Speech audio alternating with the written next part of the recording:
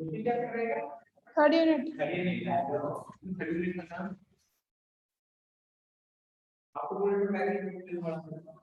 कब बोला था? कब बोला था मैंने?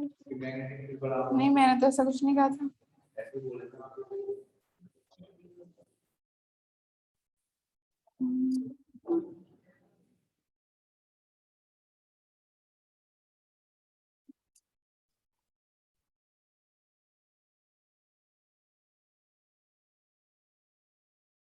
तो स्क्रीनशॉट कहाँ चले गए मेरे?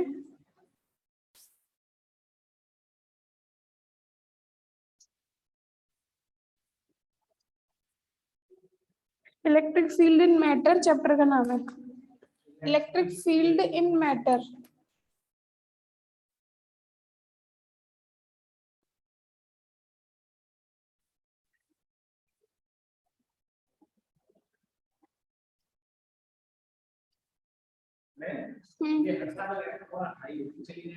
क्या? नहीं, ऐसा कुछ भी नहीं है। पूरे तीनों सालों का लेवल स्टैंडर्ड एक जैसा होता है, वो बुक पे डिपेंड करता है। 9 अलग अलग बुक हैं, 3 अलग हैं, 3 अलग है, तो ऐसा लेवल हाई नहीं होगा। वो 9 अलग अलग सब्जेक्ट हैं, वो सब्जेक्ट पे डिपेंड करता है कि तुमको वो पसंद है तो तुम्हें टफ लगेगी, नहीं पसंद है तो हार्ड लगेगी। समझ गए? पूरी बीएससी का स्टैंडर्ड लेवल एक ही है। हेडिंग डालो डाइलेक्ट्रिक्स, हेडिंग डालो डाइलेक्ट्रिक्स, डाइलेक्ट्रिक्स। हाँ, वो उसमें एक डेरिवेशन कर लो, बाकी सारे डेरिवेशन सेम वैसे ही होते हैं, है ना? बस पाथ डिफरेंस और फेज डिफरेंस, पाथ डिफरेंस और फेज डिफरेंस।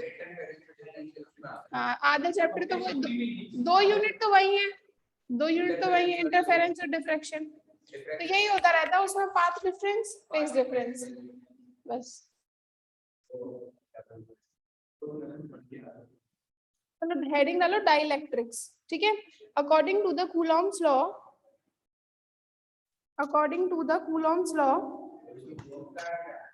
कूलॉम्स लॉ तो है ही इलेक्ट्रिक फील्ड में, तुमको नहीं पता? According to the Coulomb's law, the force acting between 2 point charges, the force acting between 2 point charges at rest depends on the nature of medium,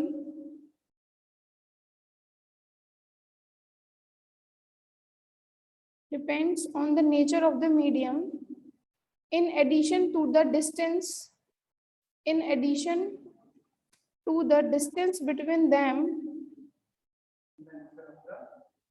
क्या? On the nature of the medium, in addition to the distance between them, in addition to the distance between them and their magnitudes.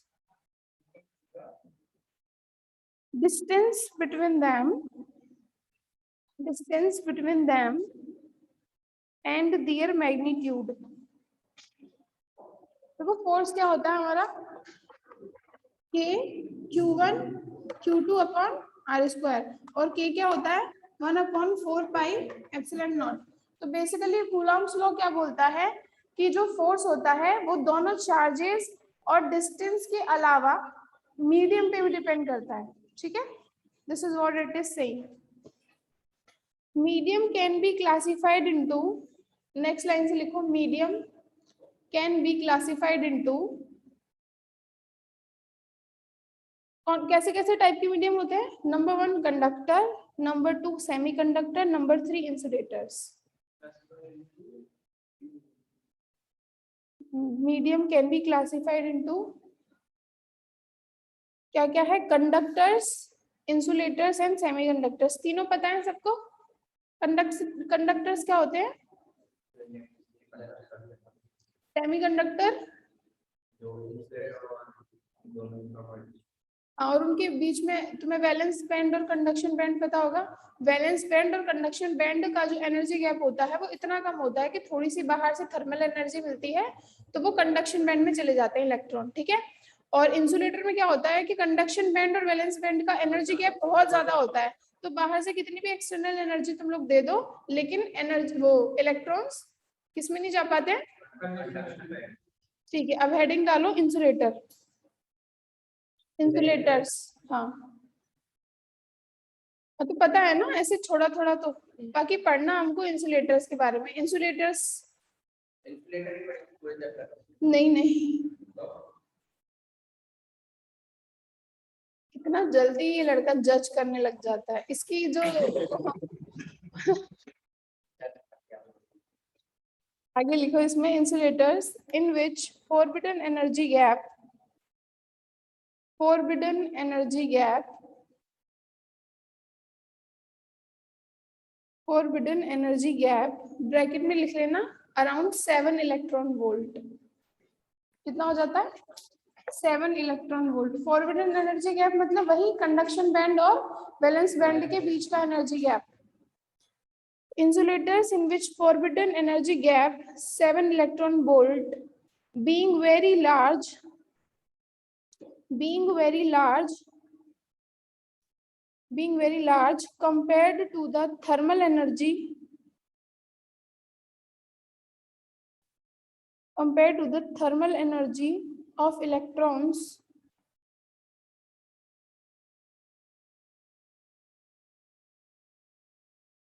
from valence band to conduction band,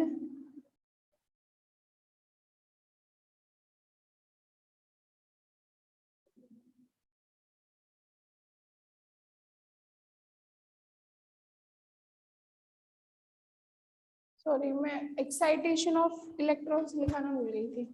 देखो, insulators in which forbidden energy gap being very large compare to the thermal energy, ठीक है। उसके बाद the excitation of electrons, excitation of electrons from valence band to conduction band, excitation of electrons from valence band to conduction band is normally not possible, is normally not possible,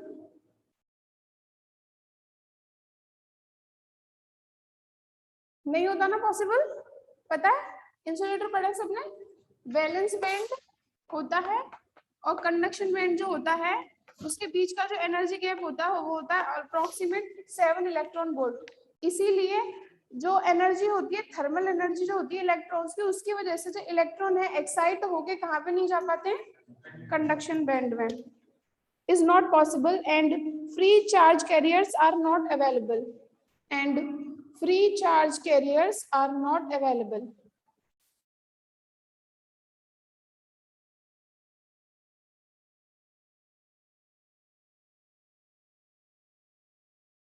Such insulating media, such insulating media are also known as dielectrics. Such insulating media are also known as dielectrics. और मैं basically insulators को हम लोग क्या बोल देते हैं, dielectrics. Okay, underline भी कर सकते हो, कहाँ पे, डाइलेक्ट्रिक्स पे। Such insulating media are known as dielectrics. Line change करके लिखो, if any two charges are kept in, if any two charges are kept in dielectric medium, dielectric medium, the force acting between them, the force acting between them is less than that in vacuum, is less than that in vacuum.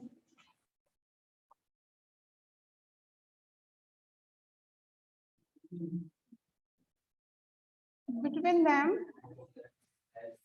is less than that in vacuum.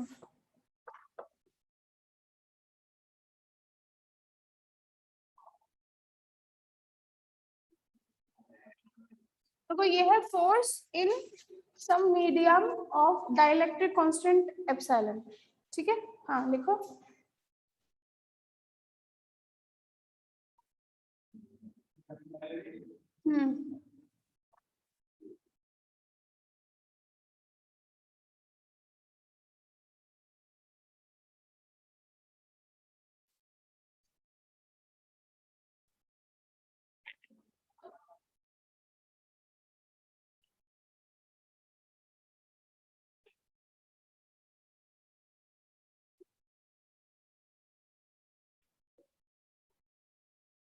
इसलिए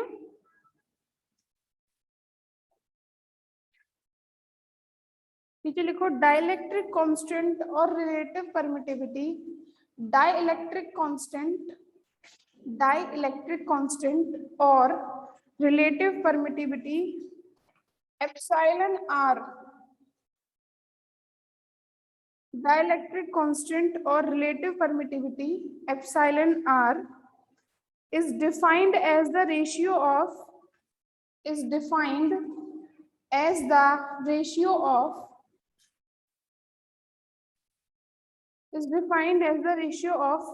permittivity of medium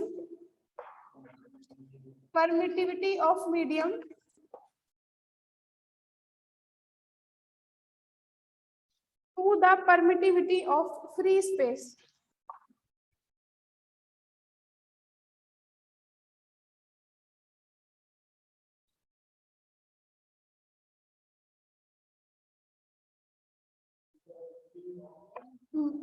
Free space.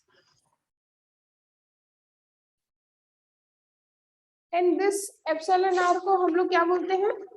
Dielectric constant. Insulators को हम लोग बोलते हैं dielectrics, और उसकी जो property जिसे हम डाइलेक्ट्रिक कांस्टेंट बोलते हैं वो होती है epsilon r. Is it okay? हाँ ये नोट करना है।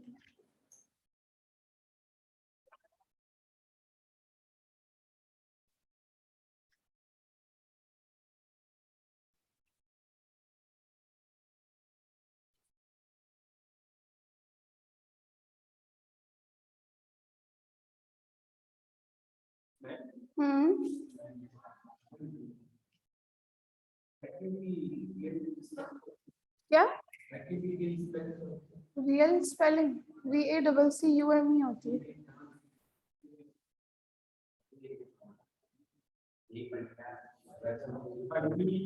अच्छा हाँ VACWI ना, हाँ होती है। तो तुम ठीक लिख लेना,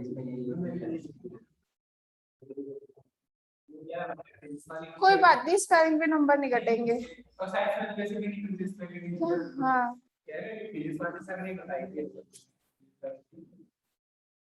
हाँ होती तो वही है, मुझे भी याद नहीं, पता नहीं। हेडिंग डालो मूवमेंट्स ऑफ चार्ज डिस्ट्रीब्यूशन।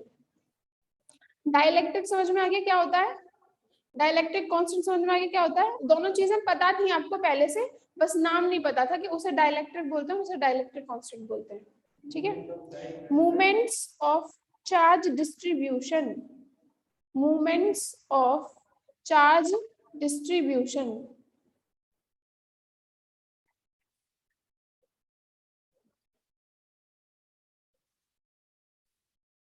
ठीक है, देखो जैसे कि टोटल हमारा, जैसे कि हमारे पास कोई चार्ज है प्लस क्यू, ठीक है, तो हमारा नेट चार्ज कितना है? Plus Q. अगर मैंने यहाँ पे माइनस क्यू रख दिया तो नेट चार्ज कितना हो जाएगा? नेट चार्ज तो जीरो हो जाएगा, but there will be some other quantity which is called dipole moment. होगा कि नहीं? तो बेसिकली इस कॉन्फ़िगरेशन का क्या होगा उस टाइम पे? डाइपोल मोमेंट होगा। ठीक है, और देखो जो हम टोटल नेट चार्ज की बात करते हैं, नेट चार्ज को हम लोग बोल देते हैं मोनोपोल मूवमेंट। जैसे ये डाइपोल मूवमेंट होता है, ऐसे ही नेट चार्ज को हम लोग बोल देते हैं मोनोपोल मूवमेंट। ठीक है, ये हो जाता है हमारा डाइपोल मूवमेंट। अगर सपोज किसी जगह पे दो चार्ज और रखे हैं, ये माइनस क्यू और प्लस क्यू, ठीक है, तो एक डाइपोल मूवमेंट इधर भी हो जाएगा। मतलब बेसिकली इस कॉन्फ़िगरेशन का टोटल डाइपोल मूवमेंट कितना हो जाएगा? डाइपोल मूवमेंट टोटल जीरो हो जाएगा। यहाँ पे एक और टर्म आएगा क्वाड्रापोल मूवमेंट, ठीक है। उसके बाद चार भी जब कैंसिल आउट हो जाएगी, मतलब ऐसे बोले कि अगर क्वाड्रपोल मूवमेंट भी अगर आपस में कैंसिल हो जाए तो फिर ऑक्टापोल मूवमेंट आ जाता है। बेसिकली समझ गए होंगे क्या कह रही हूँ? हम लोग को तीन ही पढ़ने। देखो नेट चार्ज को क्या बोलते हैं हम लोग? Monopole movement. ठीक है, अगर नेट चार्ज जीरो होता है तो वहां पे एक डाइपोल मूवमेंट होगा, उसको हम लोग बोलेंगे डाइपोल मूवमेंट। अगर किसी जगह पे दो डाइपोल मूवमेंट, मतलब चार चार्जेस रखे हुए हैं ऐसे ऑल्टरनेट, ठीक है, तो वहां का देखो एक डाइपोल मोमेंट इधर भी होगा और एक इधर भी होगा, बेसिकली टोटल डाइपोल मोमेंट कितना हो जाएगा, तो वहां पे एक नई क्वांटिटी को कंसीडर करेंगे, क्वाड्रुपल मोमेंट। ठीक है, बेसिकली ये समझ में आया? ठीक है, मैं एक डायग्राम बना रही हूँ, वो बना लो।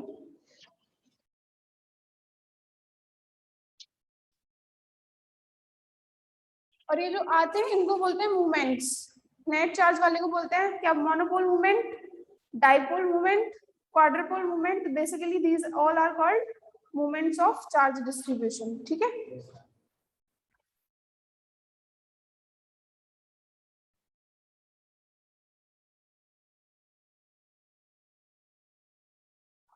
क्या हो गया?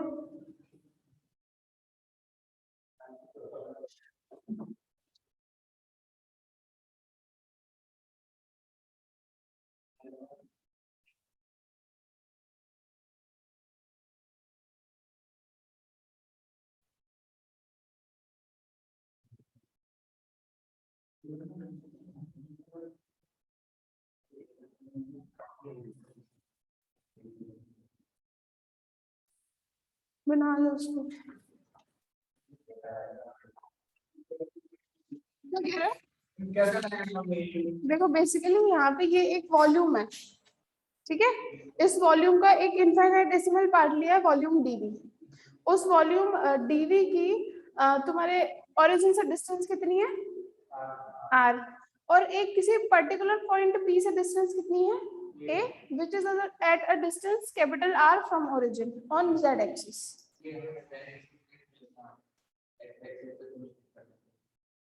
जेड एक्सिस पे लेने से बेसिकली क्या होता है, सिलेंड्रिकल कोऑर्डिनेट्स होते हैं या जो तुम्हारा स्फेरिकल कोऑर्डिनेट्स होते हैं, तुमको पता हो तो उसमें जो तुम्हारी डेफिनेशन होती है ना थीटा की, वो होती है जेड एक्सिस से है, मतलब थीटा हमारा जेड एक्सिस से ही लिया जाता है बेसिकली।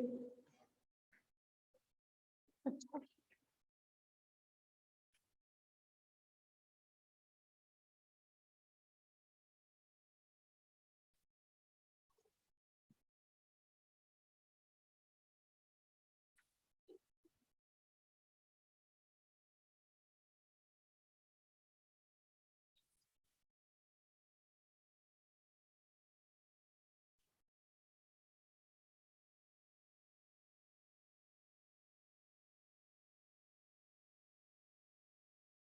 फर्स्ट और सेकंड यूनिट समझ आ गई है? यस, मतलब मैं कैसे भी बना दो, आर्बिट्रेरी वॉल्यूम में कैसे भी बना दो, बस वो डीवी के बाहर होना चाहिए, डीवी उससे बाहर नहीं होना चाहिए। क्या हो गया? टेस्ट कब होना है दोनों यूनिट्स का? बस कौन से यूनिट का दोगे बताओ, दोनों का दे सकते हो मनीष?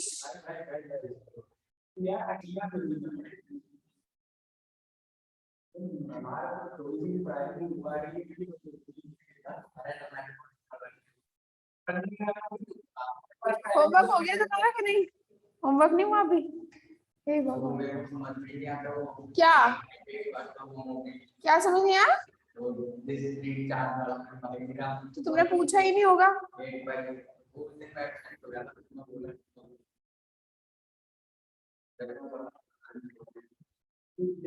अच्छा, डिस्क्रीट चार्जेस वाला क्या?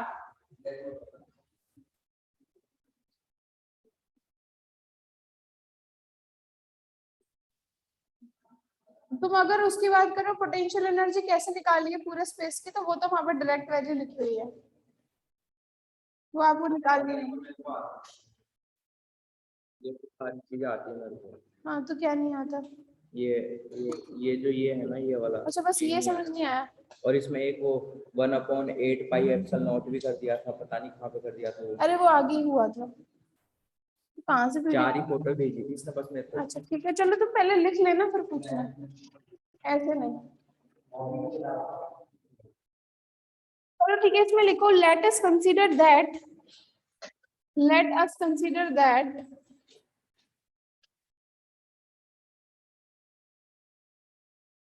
charge is distributed inside a closed system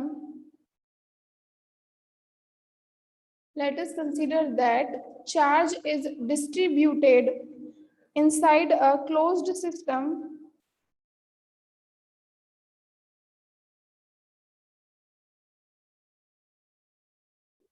to calculate the potential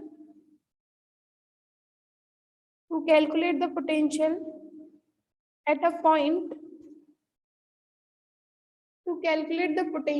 point P. The system is divided into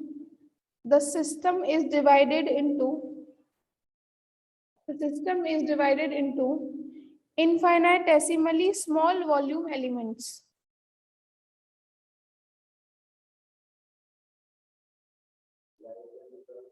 infinitesimal यानी बहुत छोटा, ये 50 पर आया ये वर्ड, बहुत छोटा, infinitesimally small volume elements.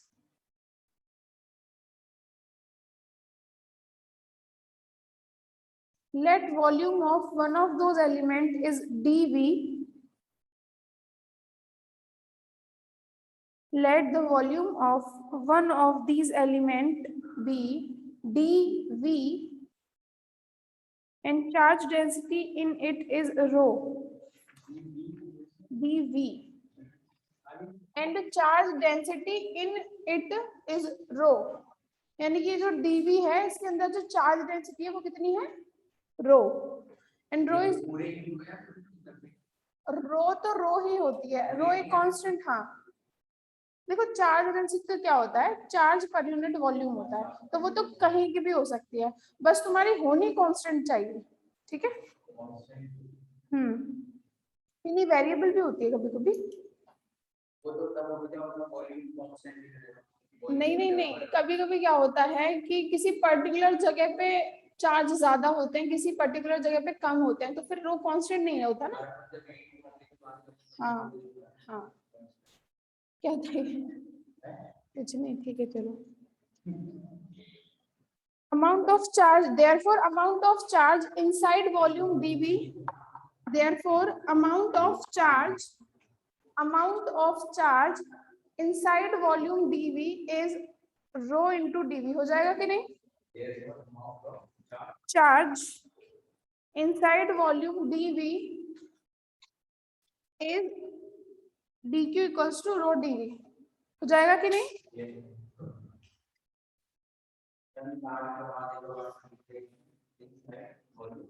dV is dq equals to rho into dV. हो जाएगा कि नहीं. ठीक है, पैराग्राफ चेंज करके लिखो. Position vector of volume element is कितना है, small r vector. Position vector of volume element is small r vector. P is situated on z axis. Point P जो है, P is situated on z axis at a distance small a from dV.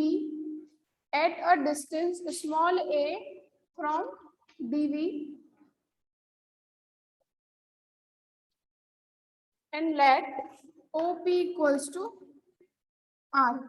Let OP क्या from, हाँ dV volume element से P point कितने distance पे है, A distance पे. Let OP equals to capital R. जो OP है वो कितना है, कैपिटल R. ठीक है. नीचे लिखो नेक्स्ट लाइन से, therefore potential at point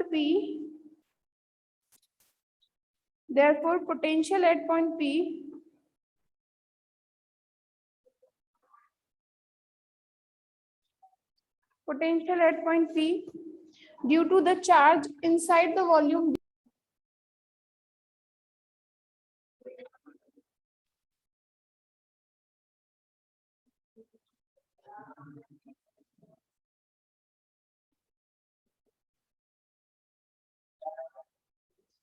ये आपको फिल करना है, लास्ट में कर लेंगे. चलो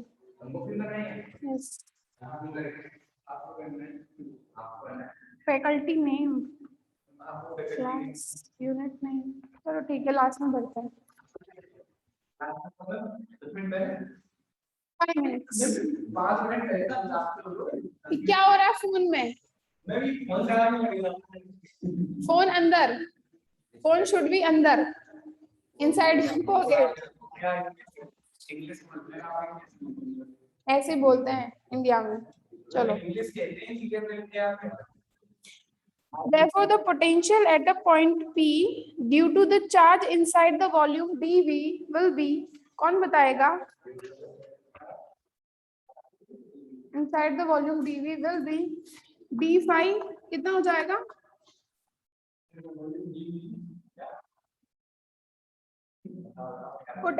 जो लिखा है ना एग्जैक्टली वही पूछ रही हूँ।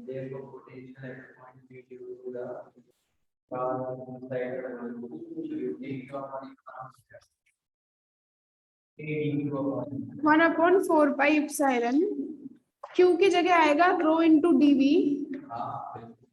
Upon small a, small a, ठीक है। अरे 2 मिनट, ये क्यों आएगा? ये भी तो डी फाई लिख रहा है, जब ऐसे फाई लिखेंगे तब इंटीग्रेशन आएगा। क्या डीवी नहीं? डीवी डीवी फिर सेम हो जाता है, इसलिए नहीं किया। वॉल्यूम एलिमेंट भी है ना डीवी, डीवी वॉल्यूम एलिमेंट है। वो कह रहा है कि पोटेंशियल को वी से क्यों नहीं लिखा? क्या कंफ्यूजिंग है बहुत।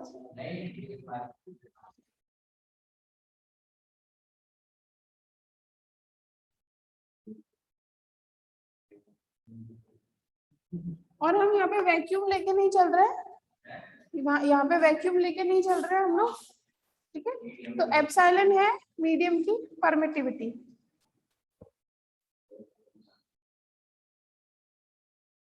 नेट पोटेंशियल कितना हो जाएगा?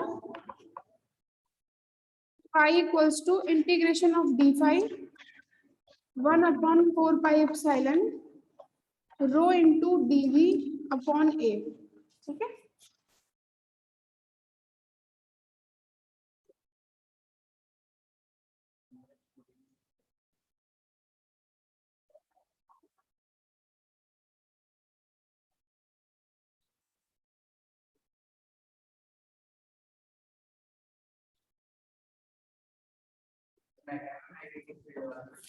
हाँ है ना। हाँ, इससे नेक्स्ट वाला जो है ना 4th यूनिट जो है वो मैग्नेटोस्टैटिक्स की है, ठीक है। जो 4th यूनिट है ना वो मैग्नेटोस्टैटिक्स की है, ठीक है।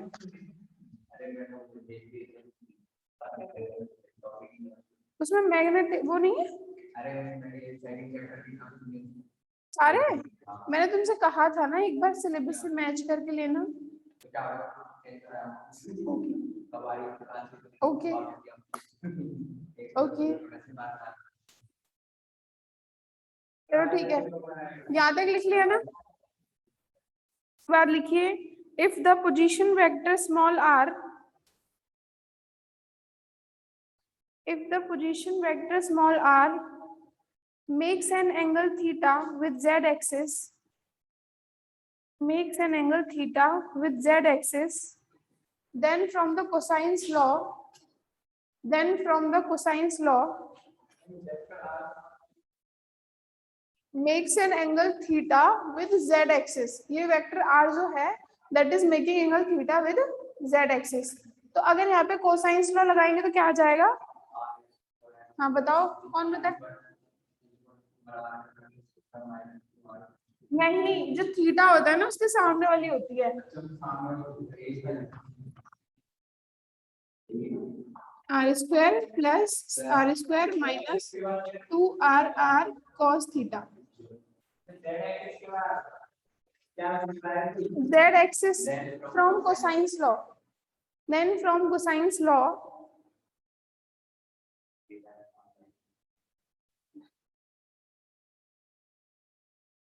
बेसिकली हम यहाँ से क्या करेंगे, देखो हमारे पोटेंशियल में क्या आ रहा है 1/a आ रहा है कि नहीं पोटेंशियल में, तो हम यहाँ से बेसिकली 1/a की वैल्यू निकालेंगे, ठीक है।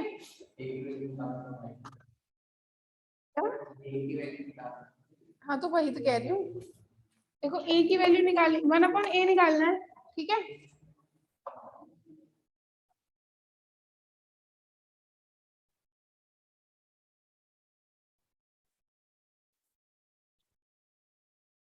बराबर कि नहीं, -1/2।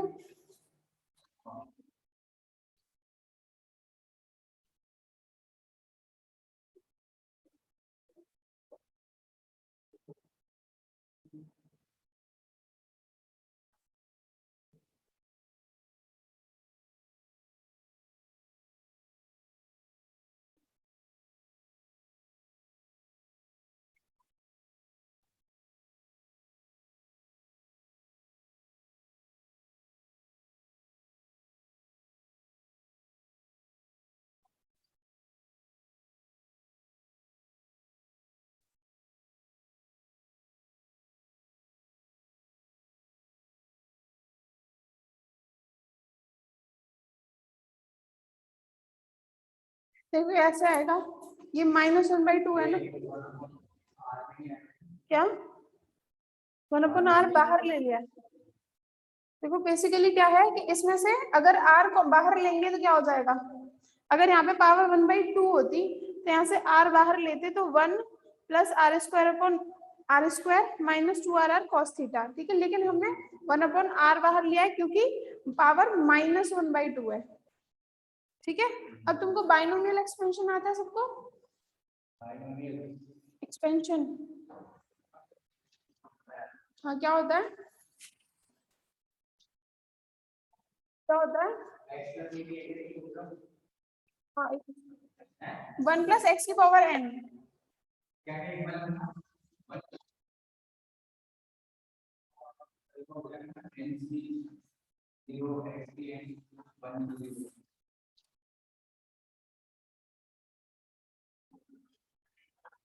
वन प्लस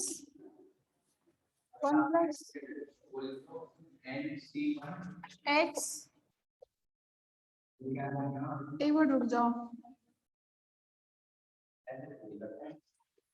हाँ वो मुझे पता है, बट वो सॉल्व करके तो नहीं आ रहा था।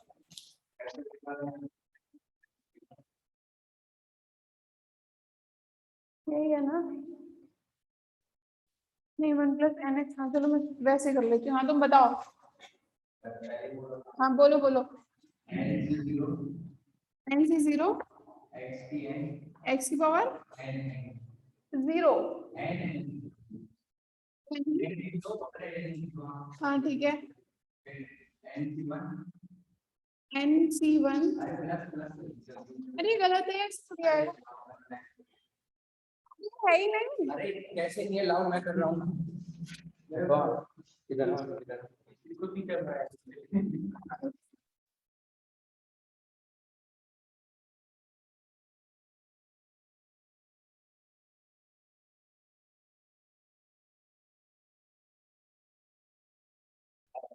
ये आप गलत कर रहे हो, क्यों कर रहे यहाँ पे जो तुम n की पावर माइनस करते जा रहे हो ना, ये 1 की होती है और x की इंक्रीज होती जाती है। तो बात वही है, बन का तो वही रहेगा। NC फैक्टोरियल जाएगा उल्टा नहीं लिखना, हायर ऑर्डर टर्म बाद में लिखनी है, और करके देखोगे तो यही है, देख लेना क्या है।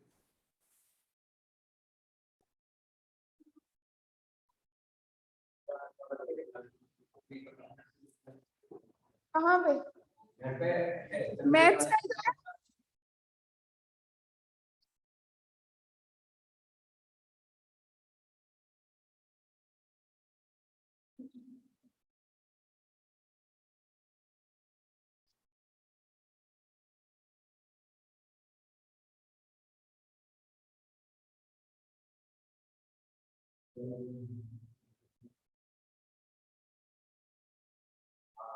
हाँ मतलब ये सम a + x⁴n होता है बेसिकली, और जो तुम इंक्रीज कर रहे थे ना, वो a की पावर इंक्रीज होती जाती है और x की डिक्रीज होती जाती है।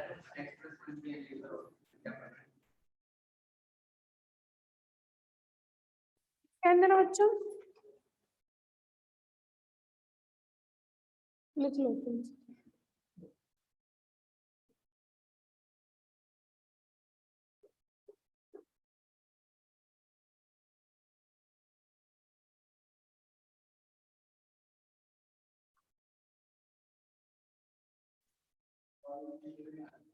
चलो अपने अपने नाम और साइन कर दो, नाम लिख दो, साइन कर दो।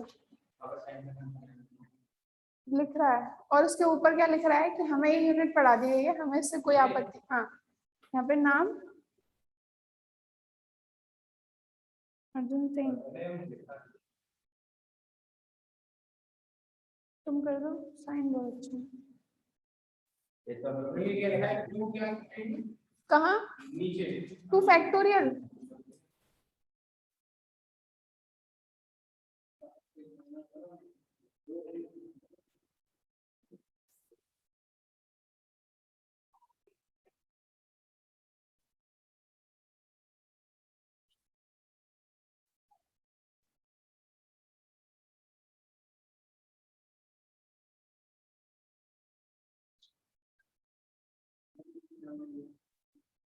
देखो ये आएगा ना फर्स्ट टर्म, देखो nc 0 1 की पावर n और x की पावर 0 अपन फैक्टोरियल 0।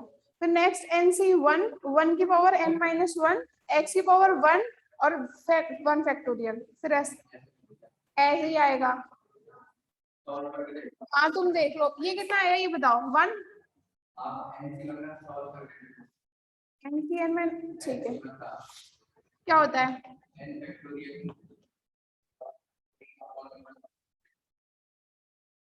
एनसीआर में वो नहीं आता, ठीक है। तो n माइनस, तो n तो आ जाएगा ऊपर, सही तो है।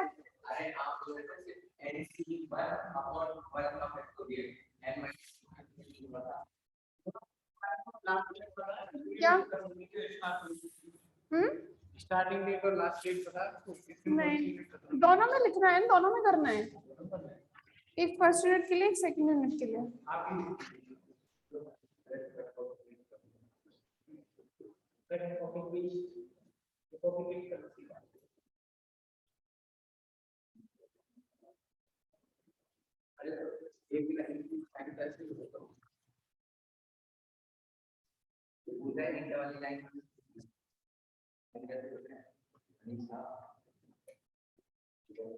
फर्स्ट यूनिट का नाम क्या था?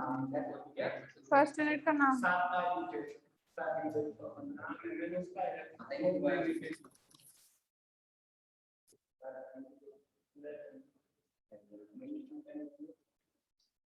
मैं पहले सेकंड यूनिट का लिख देती हूँ।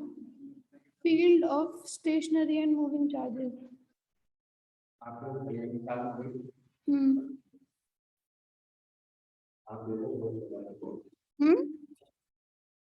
क्या कह रहे हो? मैं फास्ट पढ़ा रही हूँ, स्लो पढ़ा रही हूँ। तो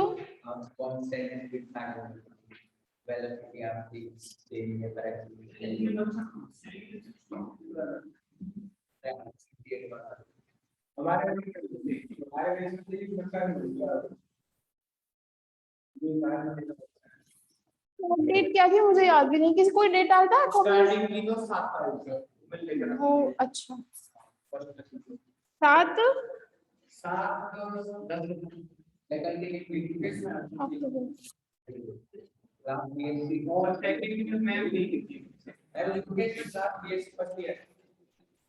मैं लिख लूंगी वो ऊपर वाला।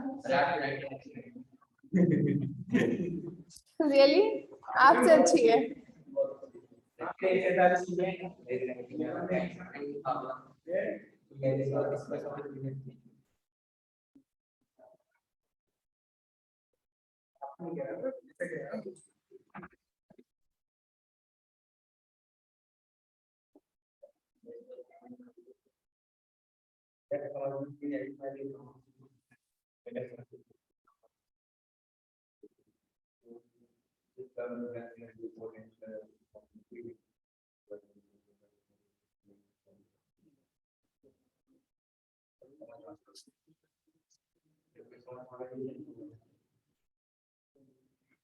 अपनी राइटिंग में डाउट हो गया उसे।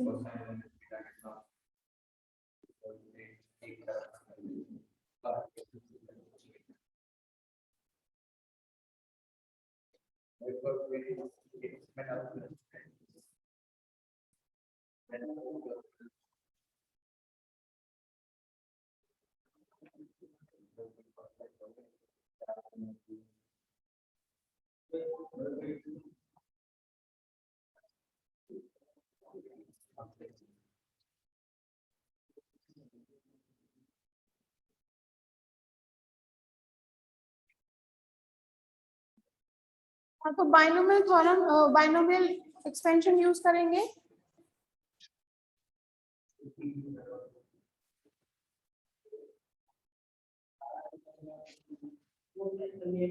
वो कहाँ गया, चला गया?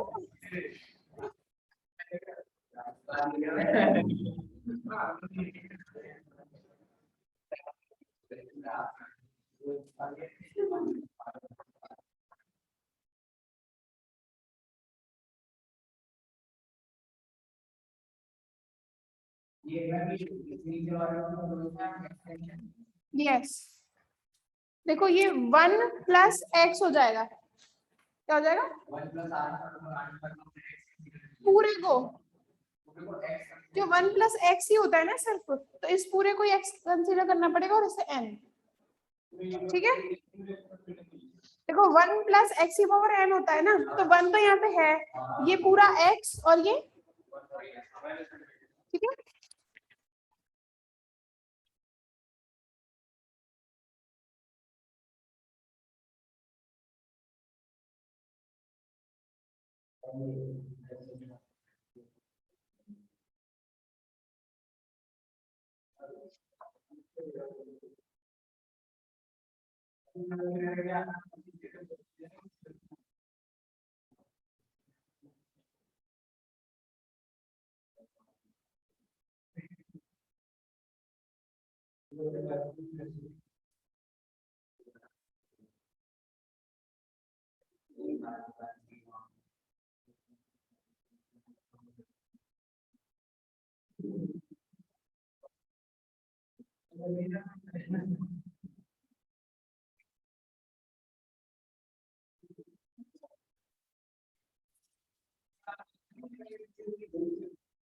ये हो जाएगा कि नहीं?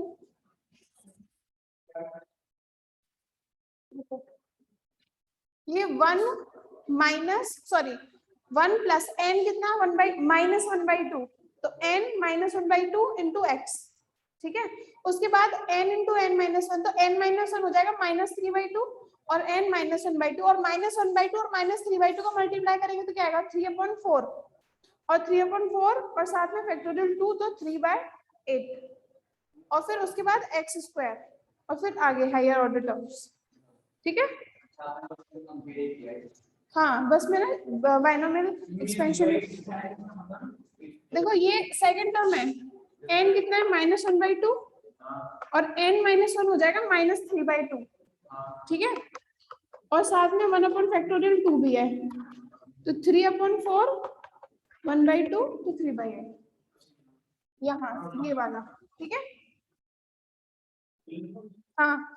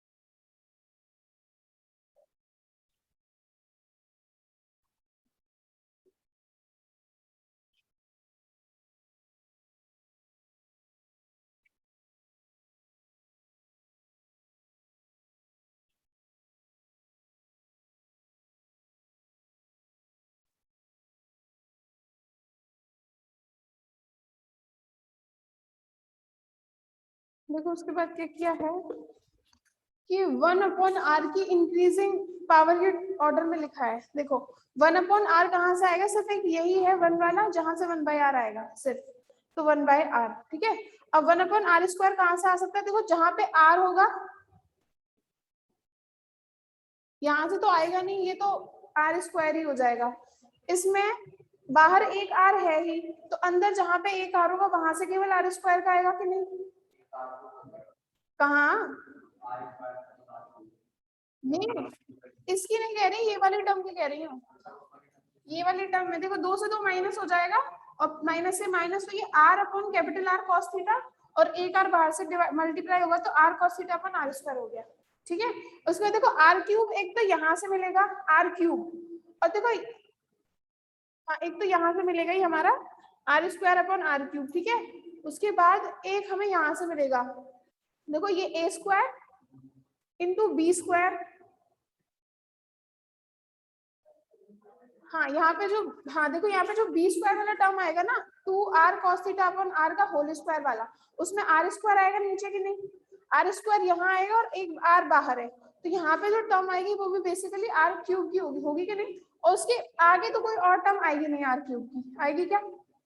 आगे देखो इसका क्यूब हो जाएगा, तो आगे r क्यूब की और कोई टर्म आएगी नहीं, तो r क्यूब वाली एक तो टर्म ये आ जाएगी। देखो ये कितनी आ जाएगी हमारी 3/4 r 3 बाई, ये कितना हो जाएगा? देखो पहली बात तो ये 4 r square cos square theta हो जाएगा, और 4 से मतलब यहाँ से 3/2 हो जाएगा, 3/2 r square cos square theta upon r cube.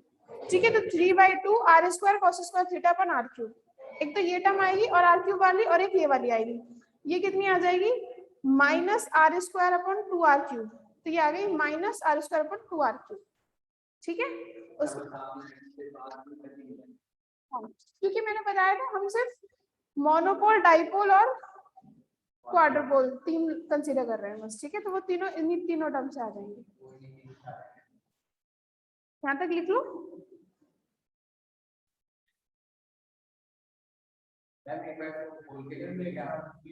हाँ लिख लो, हाँ हाँ थोड़ी सी होगी, लिखो दोबारा, मैं लिखूं, ये लिख लोगे? हाँ ये कहाँ एक्स स्क्वायर? हाँ हाँ हाँ हाँ, ये तो रहा एक्स, ये रहा एक्स। देखो हमने एक्सपेंशन किसका किया है, देखो बताओ श्योर? ठीक है, 1/a में जिसका एक्सपेंशन किया था ना, तो 1 प्लस दूसरा वाला जो टर्म था पूरे को हमने x ले लिया। ठीक है, ओके।